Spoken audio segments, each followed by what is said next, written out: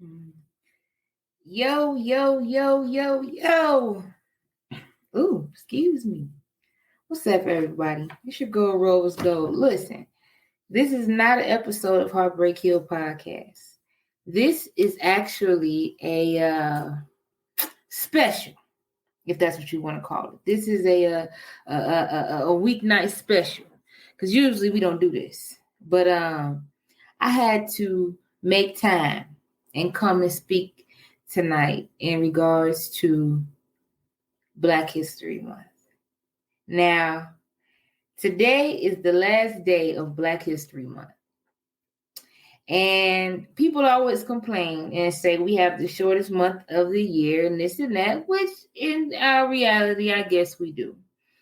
But there's also something very, very spectacular about this month because it marks a point in time in society and history where the whole entire United States, no matter how you feel about Black people, you are forced in the month of February to acknowledge the contributions, the additions, the flavor, the zazz, the everything that Black people have given our society, right? That's what this month is all about.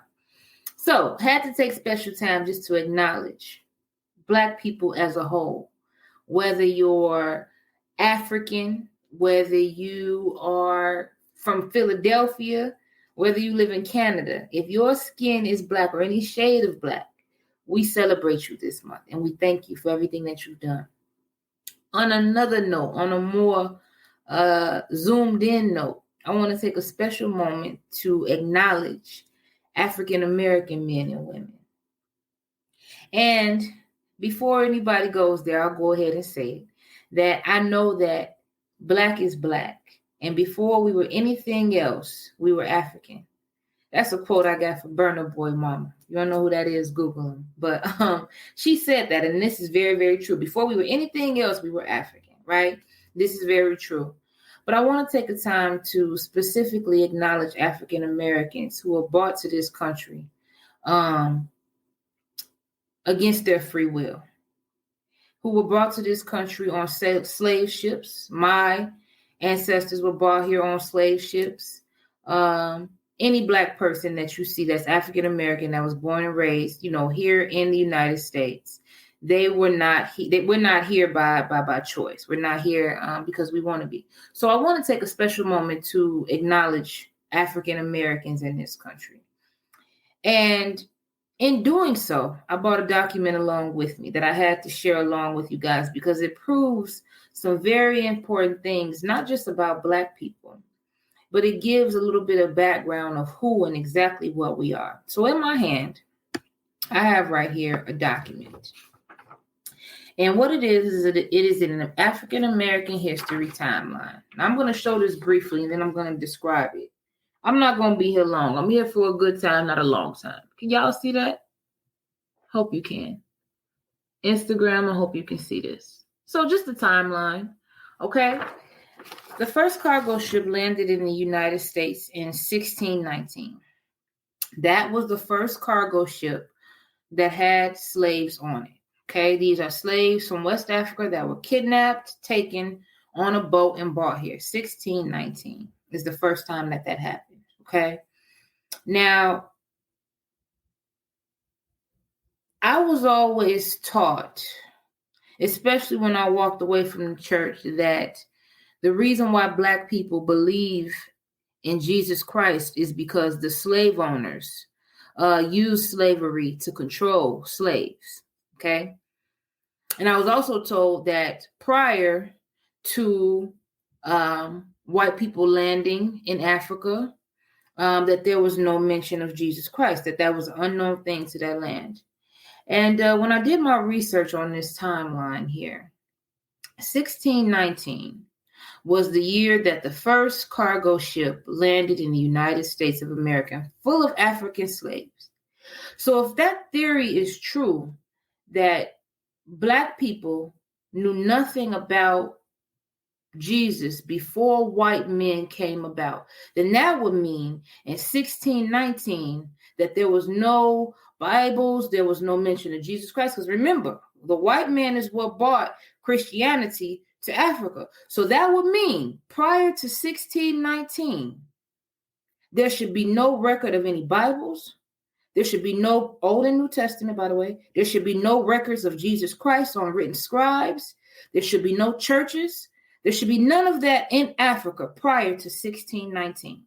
If white people, slave masters, are truly the reasons why Christianity was spread through Africa. And I challenge anybody watching this live right now to look up Christianity in Africa prior to 1619.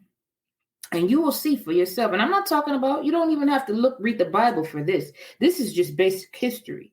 This is like National Geographic archaeology level. Look up 1619 and tell me if you have any record of Christianity in Africa prior to 1619. And the answer will be yes. And the reason why the answer will be yes, and you can go ahead and do your research as I have done, because I still don't know it all. I just know about this here. I just know what I'm talking about in terms of African slaves not knowing anything about Jesus Christ except for the slave master. That is false. This here, I know what I'm talking about. I don't know everything, but this here, I know what I'm talking about.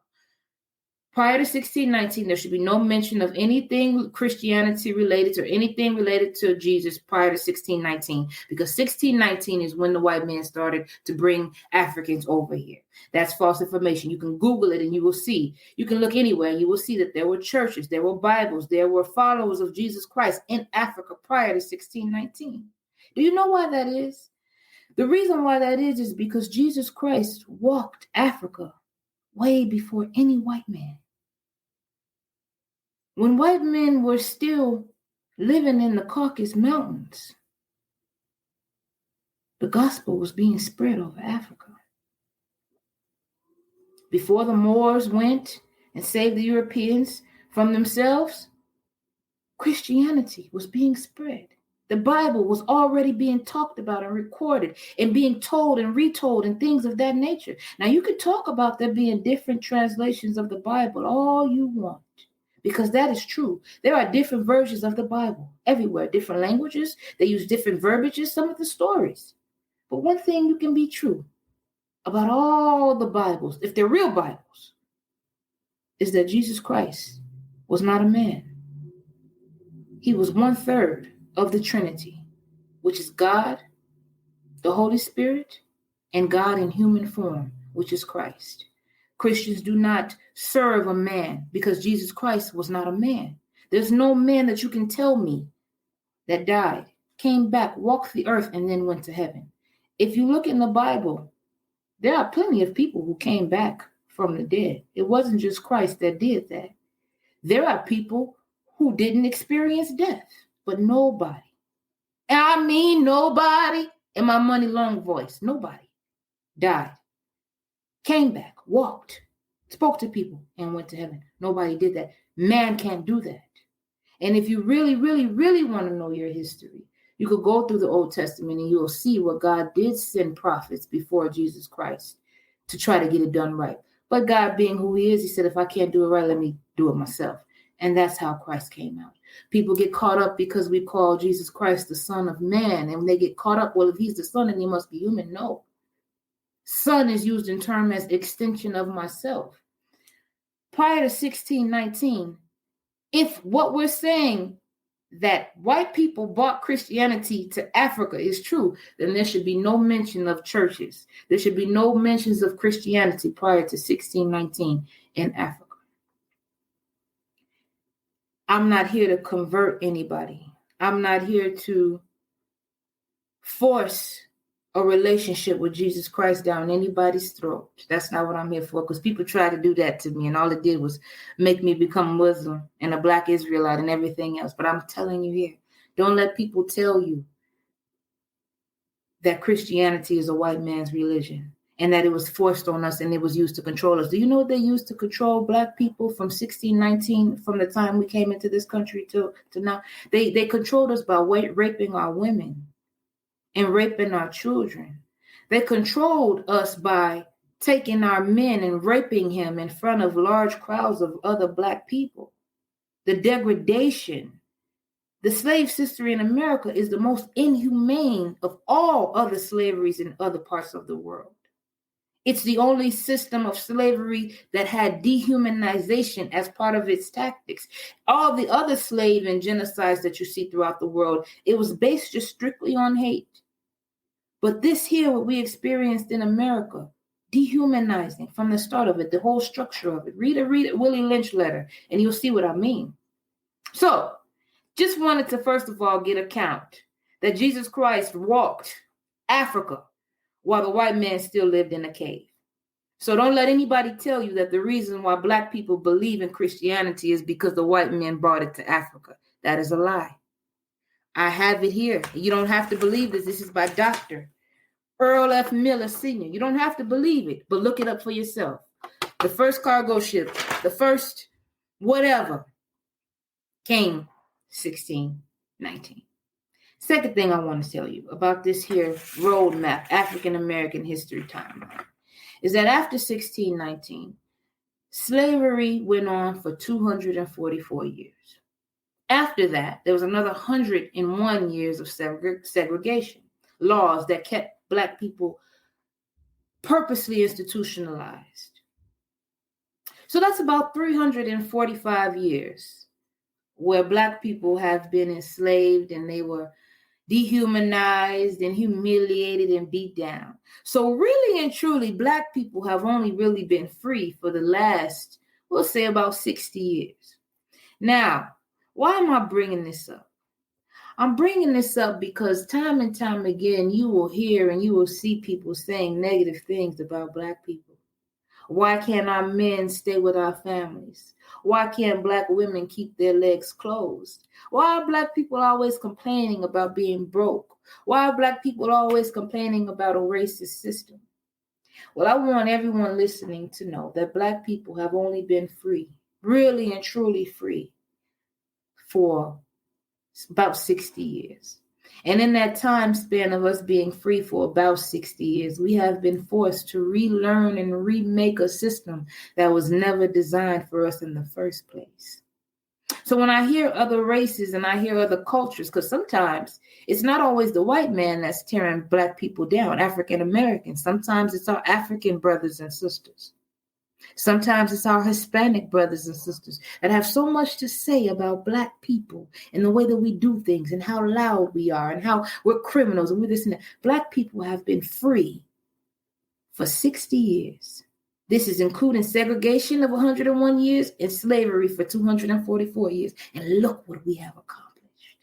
Look at what Black boys and girls have been able to do in a span of 60 years.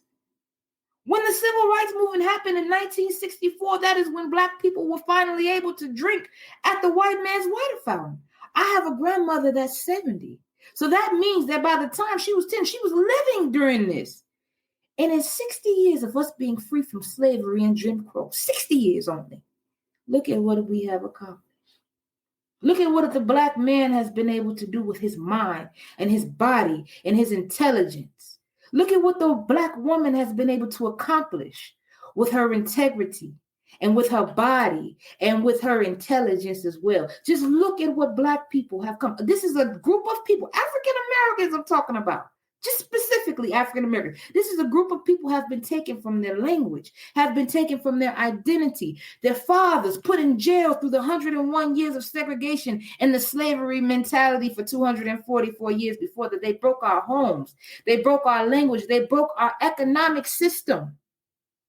And Black people, African American people, are still here. And not only are African Americans still here, we're thriving. Now, you may live in Minnesota like me, where you don't really see that many Black successful people. Get out more. See, it's easy to judge Black people when you live in places where they may not be well behaved or where they may not be respectful or they may not be successful. But travel more. Black people are doing great things, and it's more than playing basketball. It's more than sports, and it's more than entertainment. Black people are some of the most brilliant people walking the earth today. So I just want to encourage you. Pro-Black does not mean anti-white. When I say that Black lives matter, that does not mean that white lives don't matter. It just means that because of a racist system of 244 years of slavery and 101 years of segregation. Black boys, unarmed Black boys, and Black women, unarmed Black women's lives are being taken still, as if we still live in those times. So sometimes we have to remind you that Black lives do indeed matter. So I challenge everybody today and for the rest of the year. You may be a white person or a person not of color listening to this, and you may be tired of hearing it. And you may say, I'm not racist. So what responsibility of us is mine? You have racist friends. You have racist family. And they may say racist things about Black people, and it may be your responsibility, your job, to say no. This is a race of people that have only been systematically free for less than 70 years. And look at what they have been able to do. That is your duty. If you are a person not of color listening to this, that's what your duty is. And if you are a person that is Black, you are African American, God could have made you anything else. He could have made you white. He could have made you Hispanic. He could have made you Chinese. He could have made you Japanese. But he made you Black. He made you African American, and he made you and live in a country that didn't want you to do nothing but work for free for the rest of your life. And look at us now. I ain't worked a day. I ain't worked for free I don't think I've ever worked for free. I ain't never worked for free. And you don't have to either. Another thing I just want to mention, I don't know why I feel driven to mention this. Yes, I do. The Holy Spirit is real. People are saying a lot of times that they want to pray and they want to awaken their ancestors. I heard someone say that Black people should awaken their ancestors and Black people should speak to their ancestors. Let me tell you something about your ancestors that you should know. Your ancestors did their part already. Let me just say that again for those of you who are listening. Your ancestors already have done their part. When they died, and when they had their children snatched from them, and when they had to racketeer and they had to do things in order to survive, and they had to work their hands and their fingers to the bone, and they had to be thrown and cuffed and shackled and raped and murdered and killed for nothing. Your ancestors have done their part.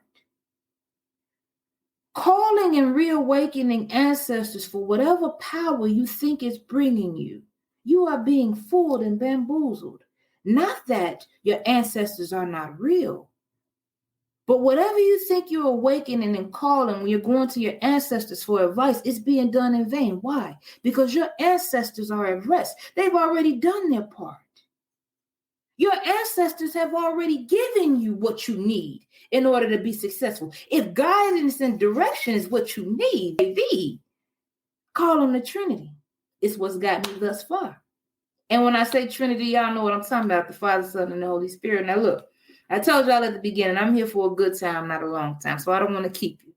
Wednesdays at 7 p.m., Heartbreak Hill Podcast is now on Channel 17. If you're in the Minneapolis, St. Paul area, please tune in to us. If you're not, we're on all podcast platforms weekly. Heartbreak Hill Podcast. I love you all, and remember, all love, no judgment.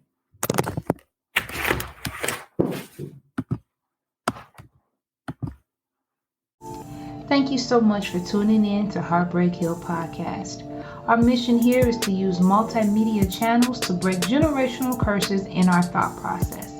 Our motto here is breaking hearts, blowing minds, one conversation at a time. Please note that our entire production is brought forth by listeners and viewers just like you. Thank you.